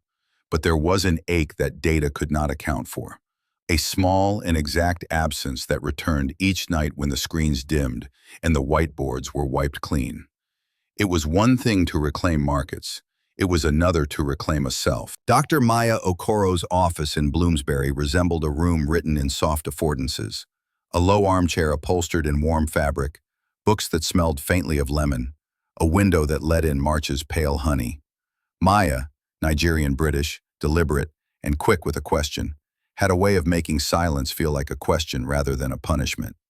Amara found herself returning there not out of crisis anymore, but out of curiosity. "What happens," Maya would ask, "when the performance ends?" The first time Amara sat across from her, the city outside was soft with rain. She folded her hands and watched the way Maya cataloged the light. "How do you measure yourself now?" Maya asked without preamble, like a scalpel placed gently on a map. There followed an inventory that had nothing to do with balance sheets. Amara spoke of mornings she'd once used to rehearse meetings, of laughter carefully dosed for rooms, of evenings spent composing emails that disguised loneliness as strategy. She spoke of the fracture in Zurich as if it were both event and subject, an occurrence that had taught her how quickly the world could rewrite you. Maya listened, then asked a question that felt small and enormous. "Who is left when you are not producing?" It was a question that required excavation. Amara had always been fluent in the grammar of markets. She was less practiced in the language that described her own interior. Therapy became a practice of naming. She learned to tell stories about herself that were not designed for consumption or impression, but for understanding. She revisited the girl from Atlanta who loved numbers because they promised fairness. She sat with the woman who moved through Zurich ballrooms with a trained smile. She encountered the exhausted strategist who could not remember how to rest. Maya offered what Amara called a mirror, reflective, unadorned, and occasionally merciless. "You built a life to be seen," Maya said one session, "and then you learned that being seen is not the same as being known." The phrase lodged like a stone, and in its stillness, permitted Amara to breathe around it. Being known required risk. It demanded that she present herself without armor. That kind of exposure frightened her more than any boardroom. They worked with small tasks, practices that felt almost domestic in their intimacy. A week of writing 5 honest sentences each morning, not for publication or pitch decks, but for the page. A fortnight of doing one thing that was purely pleasurable.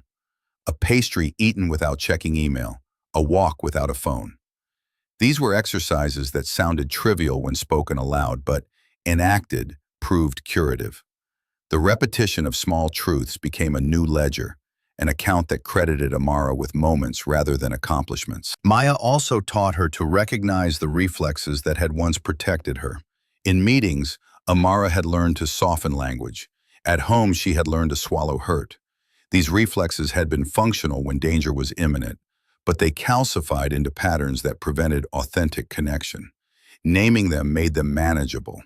When Amara noticed the urge to apologize mid-sentence, she could pause and choose. Discipline, she discovered, was not only for work. It could be applied to the tender art of staying present. Outside of therapy, new habits surfaced like sap after thaw. Amara resumed kickboxing lessons in a studio on the fringes of Shoreditch, an old warehouse with mirrors and the smell of rubber mats. The work there was kinetic and honest. When she hit the bag, the motion translated rage into metronome. The trainer's count, 2, 3, rest, was oddly and gloriously ritualistic. It taught containment and release in a single breath. She took early morning runs through Hampstead Heath and watched the sky practice its own transitions, imperceptible at first and then total. The body, she learned, remembered what the mind sometimes forgot. There were episodes of tender disorientation. Once, at a dinner arranged by Leon for the fund's junior team, an analyst told a story about their childhood that made Amara laugh until she felt her eyes sting. She left the table that night with cheeks raw and warm, surprised by how much she had missed unguarded laughter. It was small, a flicker, but she cataloged it as progress. In the quiet rooms of her flat, Amara confronted a curious paradox. Competence had carried her to safety, but it had also been the scaffold of loneliness.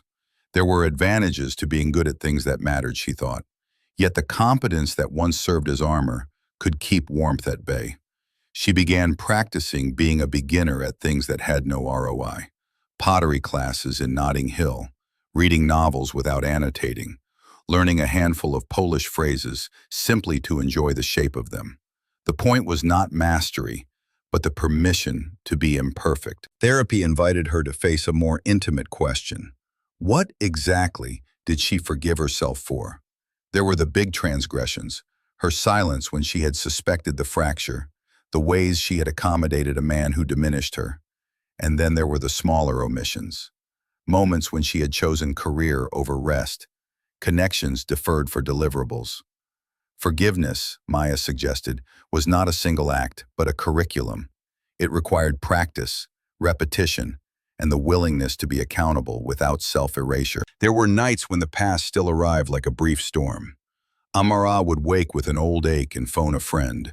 Lucille would tell a story that rectified memory. Margot would send a cutting, brilliant text that read like a corrective. Leon's presence at the fund was steadier than she had expected. Not a replacement for companionship, but a companion in work, who respected when she set boundaries. In those moments, Amara noticed she felt gratitude for alliances forged in the smoky aftermath of ruin. Slowly, a new vocabulary of selfhood developed. She learned to say, without flinching, "I am not available right now," and meant it. She learned how to speak of fear in the present tense rather than as past confession. She began to understand that identity is not a static ledger, but an ongoing practice of alignment.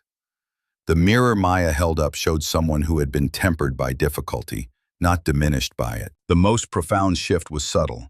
Instead of asking herself, "Who can I be to others?" she began to ask, "Who can I be for myself?" The query reframed ambition from acquisitive motion into stewardship. She still wanted influence, still loved the rigor of structuring investments that altered lives. But influence now sat beside a new priority: sustaining the person who inhabited that influence. On an evening where the city was thin with light and the moon a careful coin, Amara walked to the window of her flat and watched the Thames move with the patient logic of a river. She thought of the woman who had arrived in Zurich with ambition like a bright suitcase, and of the one who now watched markets and memory with equal care. The mirror no longer reflected a single image. It showed a person in motion, a life composed of work and tenderness in equal measure. She closed her eyes, feeling the alignment like a steadying hand. The work would continue, the flights and contracts and meetings, but she carried now a small, private architecture, a practice of self that would hold when the applause ceased. In the quiet, she breathed into that knowledge and, for the first time in a long while, felt comfortable staying with herself. Becoming, Amara learned, was not a single ascent, but a sequence of small restorations, habits rebuilt, relationships reconsidered, the slow accretion of choices that finally bore the weight of a life. The word carried with it the warmth of slow weather, neither a revolution nor a rash triumph, but the patient reformation of character around values she could name and defend. Her mornings acquired a new liturgy. Before the city woke, she would stand by the kitchen window of her modest South Kensington flat, with a mug that still bore a faint ring of coffee from a friend's visit months ago, and read one chapter of something that bore no bearing on work: novels, essays, the occasional poem. She treated language not as weapon, but as nourishment. Later, she might walk to the fund, headphones tucked away, letting the street noise arrange her thoughts into the small coherences she favored. What to prioritize, who to meet, which young founder needed a longer conversation. The team at Hayes and Markoff grew slowly and deliberately. Amara hired for character as often as for skill. She wanted analysts who could parse numbers and human beings who could parse nuance. In the open plan office above the bookshop, she built rituals that mattered. A weekly failure share, where a junior partner described what had gone wrong and what they had learned.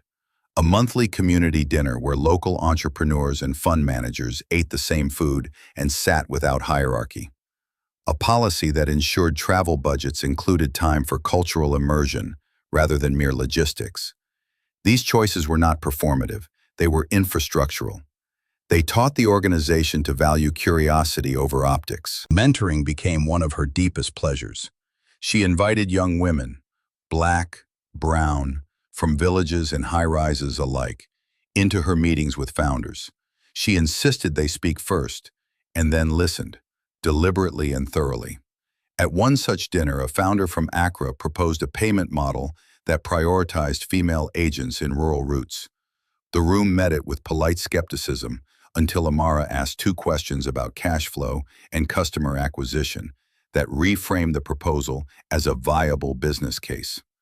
The young woman's face, bright with shock and then steadied with pride, taught Amara that power could be most useful when it was given away. There were small rebellions in how she navigated offers. Boards came calling, prestigious seats with lovely plaques and safer influence. She declined more than she accepted, choosing instead to sit on advisory committees that prioritized impact metrics she believed in: educational access, sustainable employment, enterprise resilience. "It's not about prestige," she told Leon once over a late dinner of reheated takeout. "It's about what the seat enables. I want to be in rooms where the conversation is inconvenient and therefore, eventually, useful." Her private life folded into this becoming with the same peculiar patience. She dated sometimes in ways that felt exploratory rather than reparative. A man who loved pottery and asked about a chapter in a book she'd read aloud. A woman who had built a social enterprise and spoke of failure like scripture.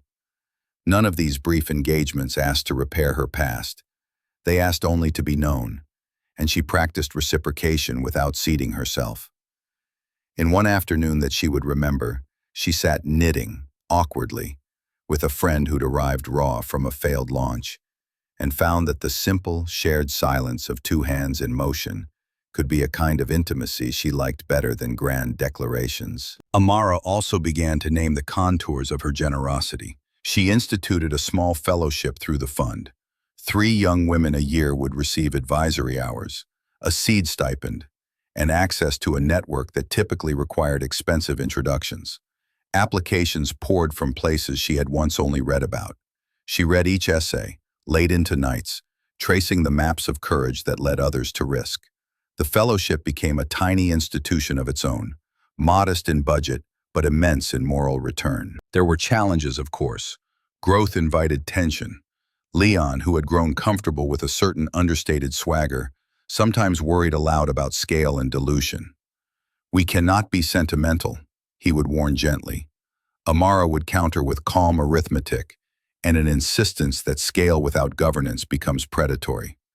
These sparring matches, legal versus ethical, speed versus durability, did not fracture them. They refined the fund's thesis, making their partnership less an arrangement of convenience and more a practice in mutual accountability. In quieter hours, she observed herself with less clinical detachment and more tenderness. She learned to forgive the woman who had stayed too long in a marriage, the woman who had once mistaken visibility for worth. She wrote letters to her younger self, short notes folded into a drawer, reminders like, "You are not a landmark. You are a territory. Stay curious. Keep company with truth." Sometimes she read them aloud, not for anyone else, but to hear the voice steady in a room where it mattered least to be heard. Her mother's voice returned as balm. They spoke more often, and when Amara visited Atlanta, she allowed herself to be ordinary, to eat biscuits in a kitchen wallpapered with years, to inhale the low, unflinching kindness of home. Those visits were not regressions. They were recharges, small landscapes of belonging that reminded her of the person who had loved numbers because they promised fairness, who believed that work could be a means to a wider justice. As the fund matured, Amara discovered that becoming was less about becoming someone else than ceasing to be small. She allowed ambition to be a vehicle for other people's roots, rather than a solitary ladder. She found that tenderness could sit alongside rigor, that discipline could be an act of care rather than punishment. And in the mirror, she recognized a woman who had learned to hold her own laughter, to accept failings as tutor rather than judge. One evening, after a long day of term sheets and mentorship interviews, she walked alone to the little bookshop below their office and bought a volume of poems. On the tram home, she opened a random page and read, aloud in her head, a stanza that folded perfectly into the arc of her years. "To become is to arrive at the self slowly, like tide finding its shore." She smiled then, small, private, and felt, for the first time in a long while, that arrival and motion could coexist. It arrived on an ordinary Tuesday, the sort of day that dissolved quietly into work, meetings, and the low, constant hum of accomplishment. Amara was at her desk in the Fitzrovia office, half listening to a junior analyst present projections for a new investment in Ghana, when her assistant placed a pale envelope in front of her. It was thick, its edges gilded faintly with gold leaf, the kind of envelope meant not to be opened, but to be anticipated. Her name, Miss Amara Hayes, was handwritten in black ink so deliberate it almost looked engraved. She recognized the handwriting instantly, though she had not seen it in years. Ethan Coles. For a long moment she said nothing. The room continued its rhythm, voices, numbers, the rustle of papers, but all of it receded into a thin, distant noise. She felt the weight of the envelope, absurdly heavy for something so elegant. "Should I?" her assistant began. "I'll handle it," Amara said softly. When the door closed behind the team, she turned the envelope over, tracing her thumb along the wax seal, dark burgundy, stamped with an emblem she knew too well. A lion entwined with laurels, Ethan's firm. She broke the seal carefully, as though undoing it too quickly might release ghosts she wasn't yet prepared to see. The invitation was simple and cruel in its beauty. The Global Impact Gala, Zurich Grand Palais, January 15th, 2027. An event hosted by Cole & Vale Foundation to celebrate a decade of transformative partnerships. At the bottom, in graceful script, Ethan and Harper Cole cordially invite Miss Amara Hayes to attend as a guest of honor. Guest of honor. Amara let out a quiet breath that was almost a laugh. The irony was exquisite. Once, she had stood in those rooms as an ornament to his success. Now, they invited her as a symbol of it. For a long while, she sat very still, letting memory unspool in silence. She remembered the Zurich winter of her exile, the rain, the betrayal, the sound of her suitcase wheels on cobblestone as she left the apartment that had once felt like promise. She remembered the sharp smell of candle wax and wine in that room, Harper's laughter still echoing behind her. And she remembered how, that night, she had promised herself she would not look back. Yet here it was, the past, embossed in gold. She set the invitation aside and stared out the window. London's sky was a gray so fine it looked almost translucent. Across the street, the shopkeeper in the bookstore below was placing new titles in the window. Biographies, treatises, a slim novel about second chances. Second chances. For a moment, Amara felt the familiar stirring of anger, the reflexive defense against intrusion. But beneath it, something else flickered. Curiosity. What did Ethan expect to prove by inviting her? Redemption? Magnanimity? Or had the gesture been Harper's, calculated and polite, a final demonstration that they had nothing to fear from the woman they had wronged? Leon found her still staring at the letter an hour later. "You look like you've seen a ghost," he said, setting his briefcase down. "Perhaps I have." She passed the invitation across the table. He read it quickly, then looked up, eyebrows raised. "You're not seriously considering going?" "I haven't decided, Amara." His voice softened. "You don't owe them your presence." "I know." She folded her hands, her nails tracing the edge of the paper. "But maybe I owe it to myself." That night, long after the office emptied, she lingered. The city outside glittered faintly under drizzle, the streets alive with the anonymity she'd come to love. She thought about what Maya had said months earlier during one of their sessions. Closure is not a door slamming shut. It's a window opening quietly, when you stopped expecting the view to change. Perhaps this invitation was that window. Not an olive branch, not an apology, but an opportunity to stand once more in the place where her life had broken, and discover that it no longer had power over her. Still, the thought of returning to Zurich tightened something in her chest. She could already imagine the scent of those polished marble halls, the sound of champagne glasses chiming, the laughter threaded with pretense. She could imagine seeing Ethan's face across a room, and feeling nothing, or perhaps too much. A week later, she brought it up to Maya, whose calm was as measured as ever. "What do you hope to find there?" Maya asked. "Nothing," Amara said after a pause. "That's the point. I want to find nothing. I want to stand there and feel the absence of pain." Maya smiled gently. "Then go, if you can do it for yourself, not for the story others will tell." Amara nodded. "I don't need to prove that I've survived. I just need to see that I have." The days leading up to the gala unfolded with the precision of an old clock winding itself forward. The fund continued its work. The world went on. Yet beneath the order of her life, a quiet current hummed.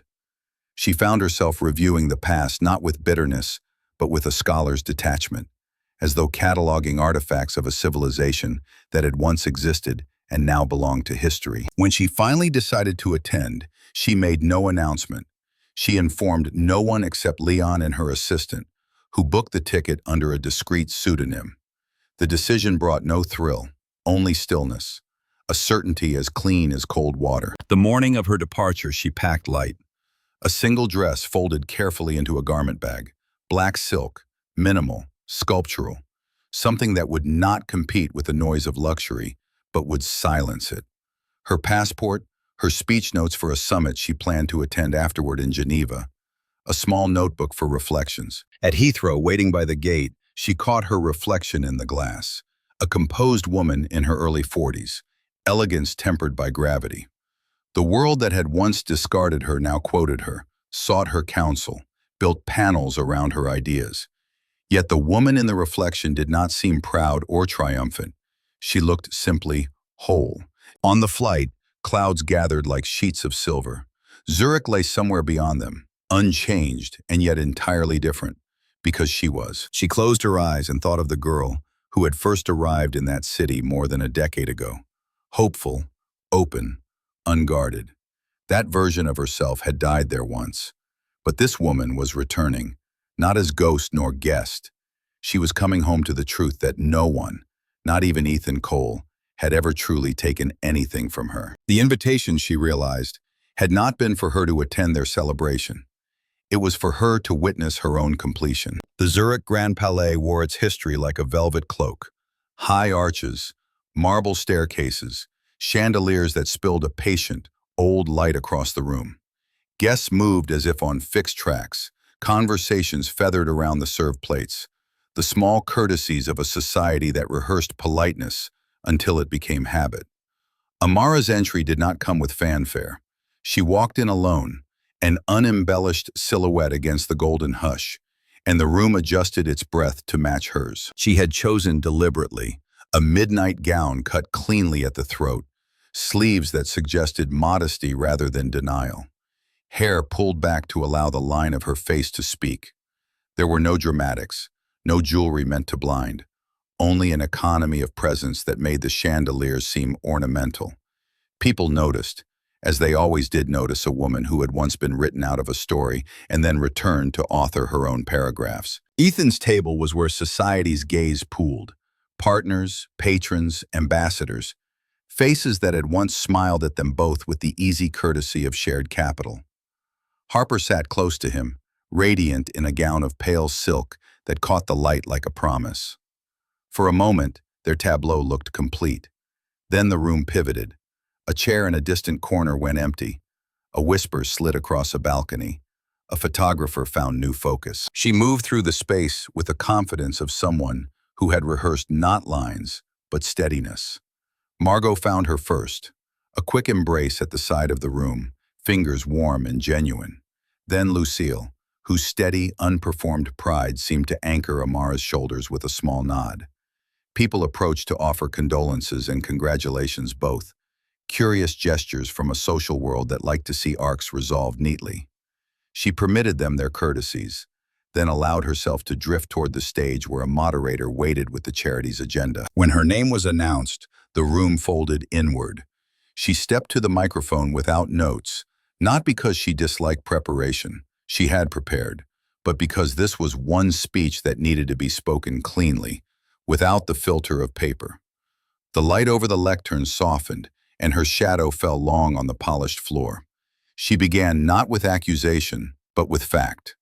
The foundation's work, the communities benefited, the numbers that mattered.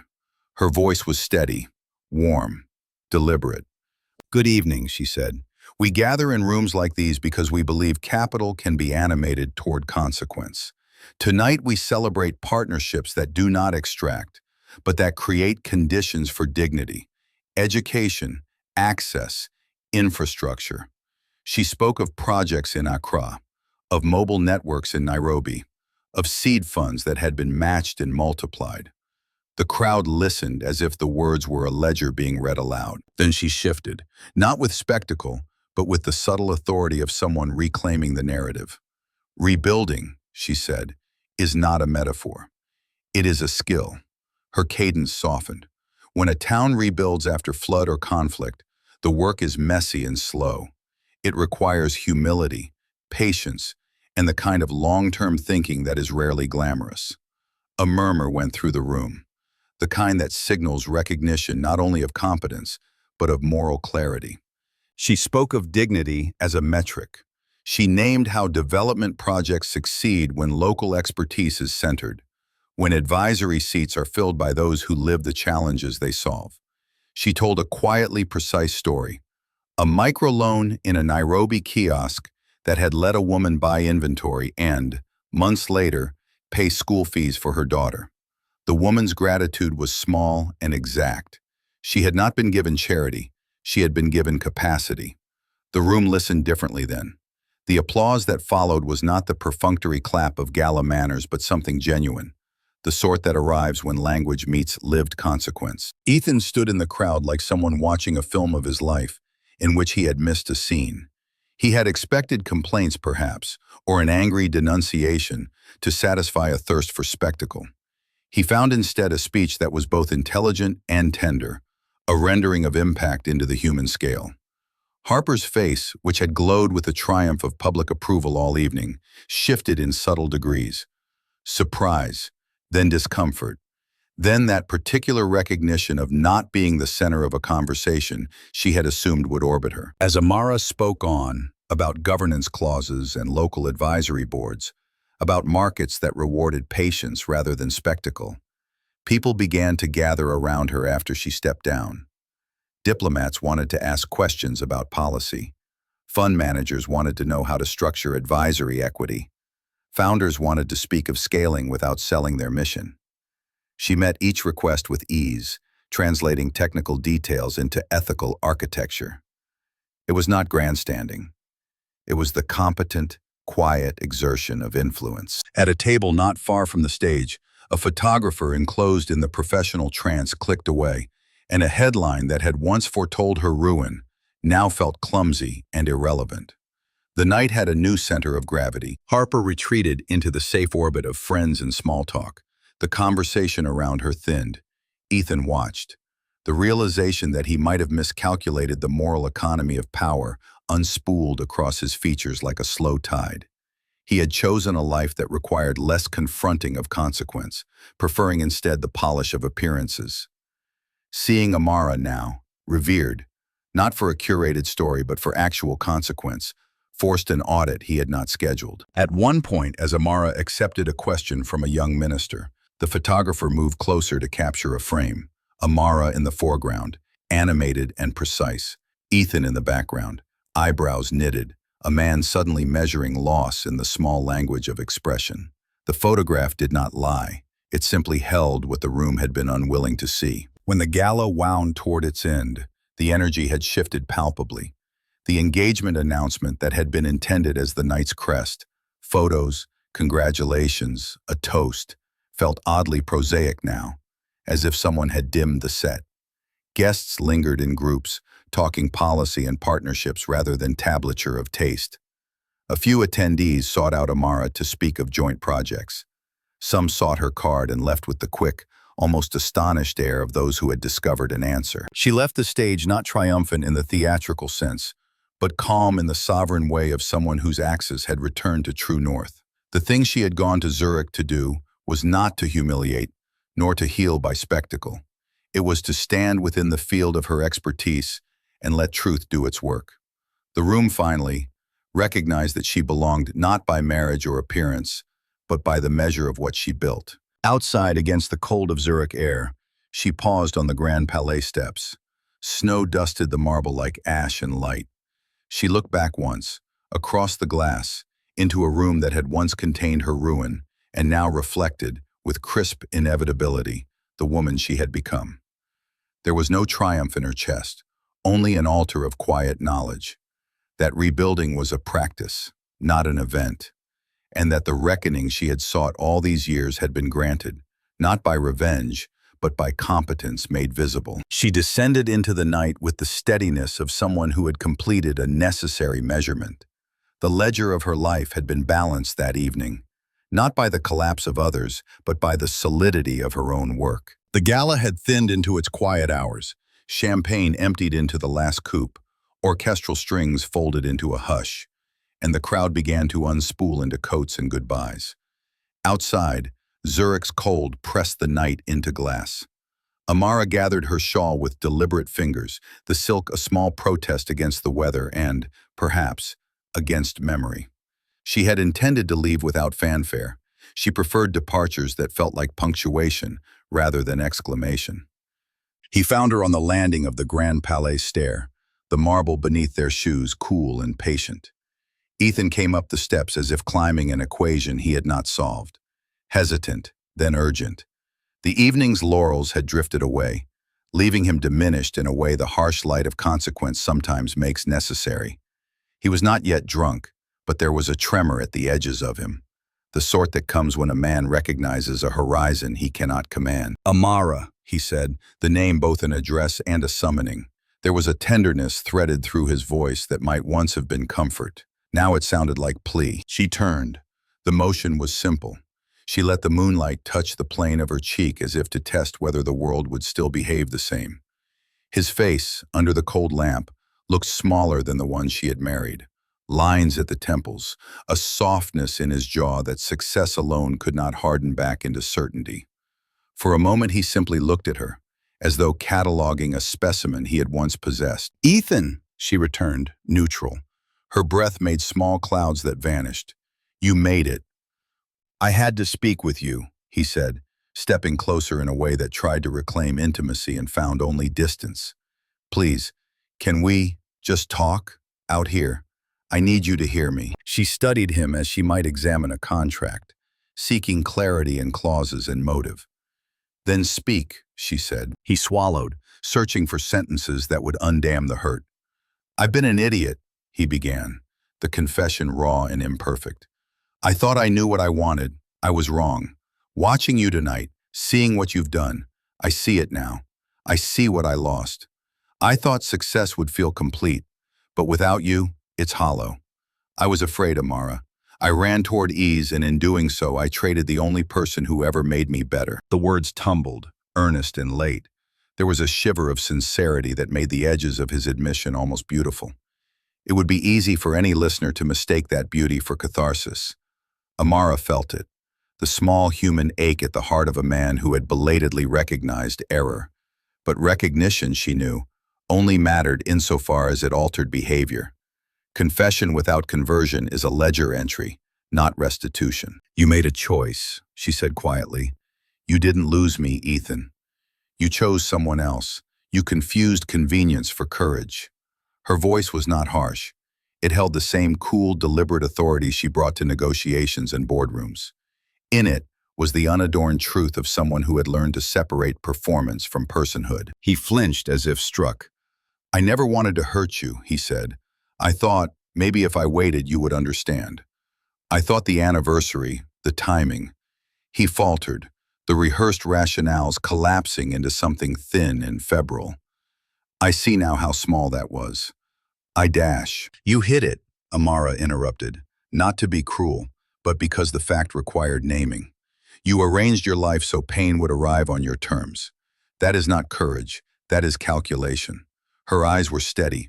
There was no triumph there, only the measured grief of an economist cataloging loss. Ethan's hands, which had once been so deft in the mechanics of comfort, found nothing to do with themselves. He stepped closer, an old instinct to bridge distance. "I love you," he said desperately. The phrase arrived raw and without strategy, and for a sliver of a moment Amara imagined the life they had once sketched. Small apartments, passionate nights, shared spreadsheets and silly private jokes.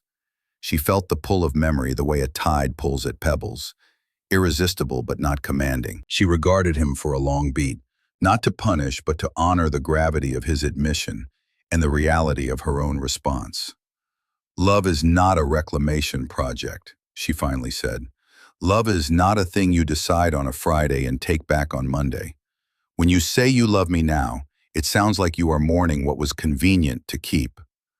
The words landed not as accusation, but as clarity. Harper, downstairs and still wrapped in a cloak of glitter, watched from a distance, her face a mirror of confusion and the dawning knowledge that the narrative she had expected to author had become provisional. There was a small, cold dignity to the scene, a man exposed in a way he had not practiced for, and a woman who had learned how to hold a whole life without contingent applause. "You ask for forgiveness," Amara said, softening. "That is not yours to demand." She folded her hands, feeling the scarf's silk between her fingers. The night smelled of citrus and old varnish. "I do not want to be the measure you use to calibrate regret. I want to be someone whose presence is not contingent on your convenience." Ethan's voice cracked. "Please, tell me what to do." She looked at him then, with the compassion she had learned to cultivate for difficult truths. "Do the work you should have done a long time ago," she said. "Don't ask me to be your lesson. Learn it without me. Live with the consequence of your choice honestly. I have my own life to steward." It was a permission and a refusal wrapped in the same breath, an injunction for him to act, and for herself to be freed from the burden of that action. He nodded as if receiving a verdict and a way forward in equal measure. There was humility in that acquiescence, but also the realization that not all confessions change the past. For a moment, the two of them stood on the marble steps like figures in a study. No fanfare, no dramatics, only the quiet closing of a chapter that needed no theater to be true. Ethan opened his mouth once more, then closed it. There was nothing left that either could give the other that would reroute the ledger of years. "I wish you peace," he said, the sentence a benediction and a goodbye. "And I wish you truth," Amara replied. He lingered, then descended the stairs into the gathered guests, into the life he had shaped and would now have to inhabit in full view. She watched him go with the same calm reserve she brought to difficult meetings. Steady, composed, finally immune to theatrics. She lingered a heartbeat longer, feeling the night as if it were a thing she could hold in both hands. Then she turned, the movement simple and unceremonious, and walked away from the marble into the winter air, away from the man she had loved, toward the life she had deliberately rebuilt. Her steps were steady. The past was behind her not as an enemy, but as a tutor whose lessons she had finally learned. Spring came to London in a way that felt almost reverential. Green unfurling at the edges of parks, the afternoons lengthening as if to give everyone a second chance at brightness. Amara woke one morning to a sky the color of unclaimed possibility and, without theatricality, decided to run. The ritual had become part of her reclamation, a steady rhythm that grounded thought into motion, and today the pavement felt like a metronome, keeping time with a heartbeat finally at ease. She ran through the quiet lanes of Hampstead, past dog walkers and early coffee sippers, the city giving up its small kindnesses. Her breath matched the cadence of her feet. She thought of balance sheets and microloans and the countless tiny conversations that had added up into the shape of Hayes and Markov. She thought of the many hands, Lucille's blunt insistence, Margot's stubborn loyalty, Leon's steady capital, that had braided into a structure strong enough to hold other people's futures. For a moment, she let gratitude be simple and unadorned. The thought did not dilute her solitude, it crowned it. When she returned home, the flat smelled faintly of bergamot and old books. She drank tea with the slow attention of someone who had once measured worth by productivity and had since learned richness in pause. There were letters on her desk, requests, proposals, invitations, each a small spade into the next field of work. There were also postcards from fellows the fund had supported, handwritten notes that read like maps back to purpose. "Because of your advisory hours, we hired our first woman technician. Our village bank opened last month." These were the returns that landed softer than profit margins and mattered in ways numbers alone could not measure. The fund had grown, yes, into more than a phrase on a balance sheet, but what buoyed her was not the capital under management. It was the architecture she had built. Local advisory boards had become standard practice across their investments. Equity for advisors ensured that those who shaped strategy also shared in outcomes. An internal fellowship provided mentorship and a modest stipend to young women founders. And watching those women speak with confidence at regional summits became a kind of daily sacrament. Amara met with mentees in a narrow dining room she kept for such gatherings. No photographers, no glossy press, only food passed around like ordinary abundance. She loved to listen. She loved the small gravity of attention, how a question could tilt a plan into clarity. One evening, a young founder from Accra arrived with a nervous bundle of notes. 2 hours later, she left with a pilot agreement and a steadier gait. Amara watched her step into the street and felt something like joy, clean and immediate. Personal life, too, had settled into a generous pattern. She dated, yes, and sometimes the meetings were sweetly ordinary. Tea at an out-of-the-way cafe, conversation that did not perform. She learned the grace of being known without needing to be restored. When she returned home from late flights, there were calls from her mother that were longer than business updates, full of recipes, neighborhood gossip, the small, unglamorous threads of life that tethered her to a past kind enough to remind her where she'd come from. There were still echoes of the past that surfaced in private, An article that briefly rehashed the ruin that once defined her. A message from a former colleague, now awkward with envy. But the echoes came and passed like weather. They no longer rearranged the furniture of her interior. Ethan's name appeared occasionally in think pieces that discussed the cost of ambition in marriage. And once, in a conference hall in Geneva, she saw him in the audience, a face in the crowd rather than a presence at her elbow. For the first time, his silhouette registered as anecdote rather than axis. She offered no glance of triumph. She had learned that liberation is the absence of spectacle. She kept a small ritual. Once a month, she walked to a riverside bench with a notebook and wrote 3 things she was willing to abandon and 3 things she intended to hold. The practice functioned like a compass. Sometimes the abandonments were the expected, grudges that had calcified, the urge to be perfectly understood. Sometimes small, like a tendency to equate success with ceaseless motion. The things she held were steadier: curiosity, moral exactitude, tenderness. One autumn evening, after a summit where she had moderated a panel on inclusive capital design, a woman approached her backstage, an entrepreneur from Nairobi whose pilot had just graduated into a sustainable enterprise. The woman's voice trembled with the combination of exhaustion and triumph. "I used to think I had to leave to be taken seriously," she said. "You gave us permission to build here." Amara felt the words land like an offering. She replied with the modesty she carried like a practiced kindness. "You always had permission. The work is simply to see it." The fund continued to grow, not for growth's sake, but because systems that favor equity create their own momentum. Governments called for consultations. Panels invited her voice. Students wrote theses citing the advisory model she had helped design. Her name, once a headline of ruin, became a footnote in case studies, and then a chapter in curricula that taught not only how to invest, but how to do so with care. And private tenderness prospered in small things. Lucille came to stay one winter, and they cooked meals from the old country, speaking of memory and strategy, and the way both require patience. Margot and Amara lunched in a sunlit cafe and laughed about the absurdities of social calendars. Leon sent occasional notes, less about ledgers, more about the poetry of a well-run governance charter. The constellation of her life had shifted from solitary orbit to something that felt like constellation, interdependent and luminous. On a quiet morning, Amara found a letter in her mailbox written in a hand she recognized. Harper's. The note was brief, careful, an admission that the young woman had learned the cost of a life built on image rather than substance. There was no plea, no expectation, only a recognition and a wish for honesty. Amara read it twice, then folded it and placed it beneath a stack of papers.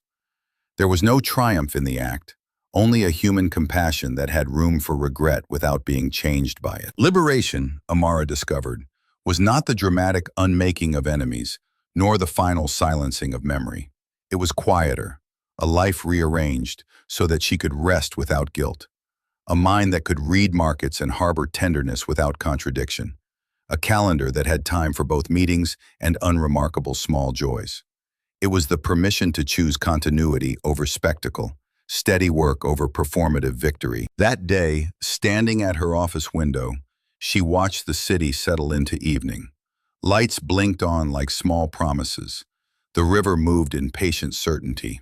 She thought of the girl from Atlanta who had once believed success was a destination, and of the woman she had become. A steward of capital, a builder of institutions, a friend who could love without losing herself. She smiled, not the sharp smile of someone proving a point, but the soft, plain smile of someone who has learned the value of staying. The liberation she lived was not an end, but the most generous beginning, a life of work, tenderness, and quiet authority. If Amara's journey moved you, share how it resonated, comment with the moment that stayed with you, and follow for more chapters of stories about reinvention and quiet strength.